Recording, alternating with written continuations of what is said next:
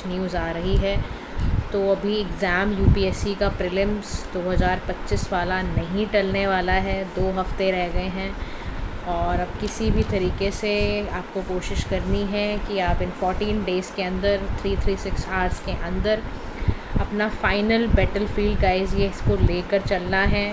और अब आपको ज़रूरत है कि देखो जी, जितना भी मटेरियल है किसी भी तरीके से उसको आपको अभी रिवीजन की तरफ चलना है। पूरा जो भी है ना उसको रिवाइज़ करो और रिवीजन के साथ साथ देखो, revision is the most important की राइट नाउ, ठीक है। बिल्कुल कोई पैनिक नहीं करना है, रिवीजन करना है, जितना भी हो सके ना रिवाइज़ करो ताकि दिमाग आपका चले, पेन चले। इस वक्त बहुत ज़रूरी है चलाना।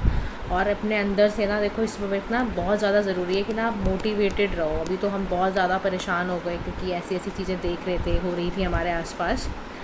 तो अभी तो ये आपका स्टेटमेंट होना चाहिए कि आई कैन डू इट, और मैं ही करूँगा ये काम, या मैं ही करूँगी ये काम, और मुझे हर हाल में एग्ज़ाम निकालना ही निकालना है, राइट। तो माइंड सेट है ना होना बहुत ज़्यादा ज़रूरी है। दूसरा, मुझे बहुत ज़रूरी लगा इस टाइम पे वीडियो लाना। मुझे लगा कि क्योंकि अभी देखो हम लोग भी इस पूरे प्रोसेस से गुजरते हैं तो हम समझते हैं कि कितना इम्पॉर्टेंट होता है, किसी भी पूरे साल की मेहनत होती है यार। उसके बाद ना देखो, आपका जो माइंड सेट है ना, इस वक्त आपको डेफिनेटली डर लग रहा होगा। एक बात ध्यान रखना, डर के आगे जीत है ना। तो इस वक्त डर लगना स्वाभाविक है, डर लगेगा तो आप ज़्यादा सीरियस होकर काम करोगे, ठीक है ना। अब माइंड सेट इस वक्त कैसा रखना है, C3 फॉलो करना है, यानी क्लैरिटी रखनी है। कोई भी क्वेश्चन नहीं आ रहा है या भूल रहे हो ना, बार बार उस पर क्लैरिटी लो। कॉन्फिडेंस रखना है अपने ऊपर, प्लस कंसंट्रेशन पे बहुत ध्यान देना है।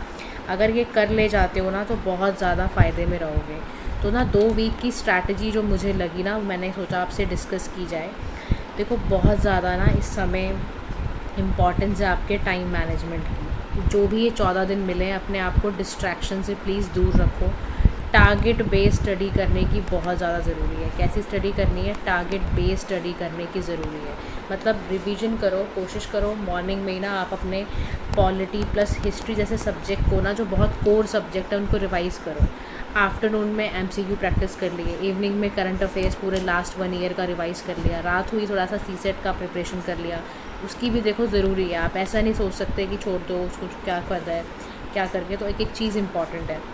दूसरी बात है, ये टाइम ये भी है कि make a master revision list बनाने की बहुत ज़्यादा ज़रूरत है।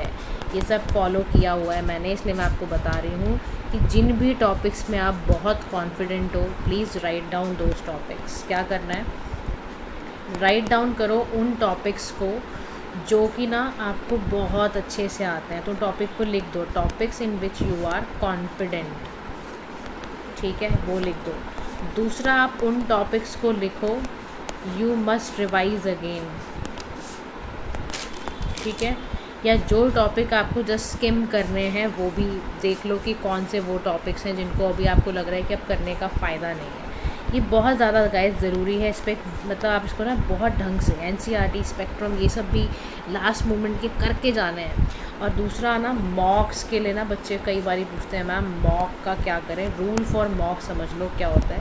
3 मतलब मेरा ये मानना है 2:1:1, मतलब कि 2 आवर्स का आप टेस्ट रखो, ठीक है। 1 आवर में ना आप एनालाइज़ करो, आपके रॉन्ग आंसर्स के बारे में देखो कि क्या है, ठीक है। 1 घंटा फिर लगाओ, रिवाइज़ करो अपने नोट्स को जो भी क्वेश्चन से रिलेटेड आए हैं। समझ रहे हो, बहुत ज़्यादा ज़रूरी है। दूसरा, मैं ना की फोकस एरियाज़ की बात करूँ तो देखो, पॉलिटी के लिए लक्ष्मीकांत को प्लीज़ फंडामेंटल अमेंडमेंट्स या जितने भी आपके कॉन्स्टिट्यूशनल बॉडीज़ हैं, आर्टिकल्स हैं, प्लीज़ उसको अच्छे से कर लो गाइस, बहुत ज़रूरी है। हिस्ट्री के लिए I am again saying, Congress के सेशंस जो होते हैं वो बहुत इम्पॉर्टेंट होते हैं।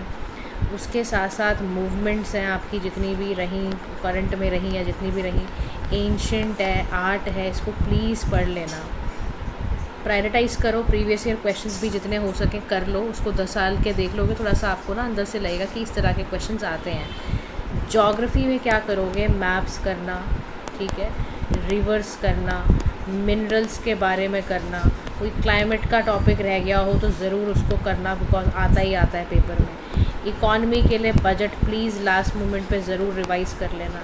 बेसिक्स पता होने चाहिए, GDP, इन्फ्लेशन, रेपो रेट क्या चल रहा है उसके बारे में बिल्कुल पता कर लेना। मॉक टेस्ट तो आप दे ही रहे हो, उसकी इंपॉर्टेंस भी मैंने आपको बताई कि आप ना फॉलो करो 2:1:1 फॉलो करके मॉक टेस्ट करना। अच्छा, इन्वायरमेंट के लिए क्या करोगे आप? इन्वायरमेंट के लिए क्या करोगे? इन्वायरमेंट के लिए ना आप देखो, एक तो स्पीशीज़ के बारे में ज़रूर पढ़ लेना जो भी करंट में रहीं, कन्वेंशंस के बारे में ज़रूर पढ़ लेना, कोई इंपॉर्टेंट कन्वेंशंस पे कोई इंपॉर्टेंट डील हुई हो, रिपोर्ट्स को ज़रूर पढ़ के जाना। क्लाइमेट स्कीम्स को इमीडिएटली प्लीज़ सारी देख लो, कौन कौन सी क्लाइमेट स्कीम्स अभी हुई हैं। साइंस एंड टेक की बात करोगे तो देखो जी, इसमें बेसिक्स आते ही हैं, पता है आपको, प्लस जो भी रिसेंट डेवलपमेंट हुई है, मैंने आपको 1000 बार ही बोला है वो सब। और लास्ट में करंट अफेयर्स के लिए guys I am telling you, PIB plus योजना की जो भी स्कीम्स रही हैं ना, योजना में जो गवर्नमेंट स्कीम्स आई हैं वो विजन IAS को ज़रूर देख लो। हमारी आप ना जितनी भी करंट अफेयर्स के हमने प्लेलिस्ट बनाया है, एक बार ही चेक कर लेना, ये सब ज़रूरी है आपके लिए, बिल्कुल करके जाना है, ठीक है। इसके अलावा देखो, ये तो सब बेसिक सा मामला हो गया। अब ना बहुत ज़रूरी है कि ना हम बहुत ज़्यादा ना इस समय ऐसा ना करें कि अपनी स्लीप साइकिल ख़राब कर लें। बहुत ज़रूरी है कि अभी से ही, आपके अगर रात को आपको आदत रही है जगने की, तो आज से ना आप अपनी कोशिश करो, आप 6 से 7 घंटे की स्लीप जो है ना, यानी कि आप कोशिश करो 10 बजे सो जाओ और 6 बजे तक जाग जाओ, या 10 से 5 जो भी आपको ठीक लगे बना दो। आपको ना अपनी मील्स स्किप नहीं करनी है, आपको अब से लाइट खाना है, आज से शुरू हो जाओ, लाइट खाओ, हाइड्रेटेड रहो। वैसे भी अगर आप दिल्ली विल्ली के आसपास ऐसे क्लाइमेट में हो जहाँ गर्मी या बहुत ज़्यादा ह्यूमिडिटी टाइप क्लाइमेट है, तो हाइड्रेटेड रहो। 1 घंटा आपको रोज़ वॉक करनी ज़रूरी है अभी, या स्ट्रेच करते हो तो स्ट्रेच करो इवनिंग में, इससे आपकी रिटेंशन कैपेसिटी बढ़ेगी, जो याद करोगे वो काफ़ी लंबे समय तक रहेगा।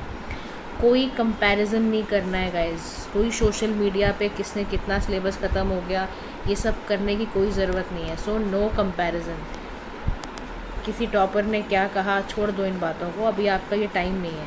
कोई नई किताब को हाथ नहीं लगाना है, नो न्यू बुक्स।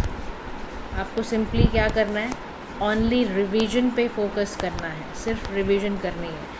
दूसरा, रोज़ कोशिश करनी है अटेम्प्ट 1 मॉक डेली आपको मॉक प्रैक्टिस करनी है। फिर रिवाइज़ करने हैं फॉर्मूले, ठीक है, वो ज़रूरी है। मैप्स को रिवाइज़ करो, आर्टिकल्स को रिवाइज़ करो, फैक्ट्स रिवाइज़ करो। और अगर मान लो कि एक दिन रह गया प्रीलिम्स का, ठीक है, उससे पहले सब कुछ पैक कर लो, सारा सामान रख लो, कोई टेस्ट नहीं रखना, आराम से लाइट रहो, और बस अपने अंदर से बोल दो कि अब मैं रेडी हूँ, और अब मैं अब चक दे फट्टे करके आऊँगा। ये काम आपका डेफिनेटली होगा, ठीक है। तो फाइनली अपने ऊपर फेथ रखिए, सब काम अच्छे से होगा, अपने पूरे प्लान पूरे पेस के साथ जाओ, कोई डिस्ट्रैक्शन मत रखो, कोई सेल्फ डाउट मत रखो, जहाँ पर डाउट आ रहा है उसको पढ़ लो, क्योंकि अब आपको अपने आप से ही वादा करना है कि मैं 2 हफ्ते में अपनी ज़िंदगी बदल सकता हूँ, ठीक है। तो गाइज़, इतना ही मुझे कहना था कि एक प्रैक्टिकल वे में मैं आपको समझा दूँ कि किस तरह से आपको ये 2 हफ्तों में पूरी जान लगानी है अपने पेपर के लिए, ठीक है। Thank you so much for listening, have a nice day to all.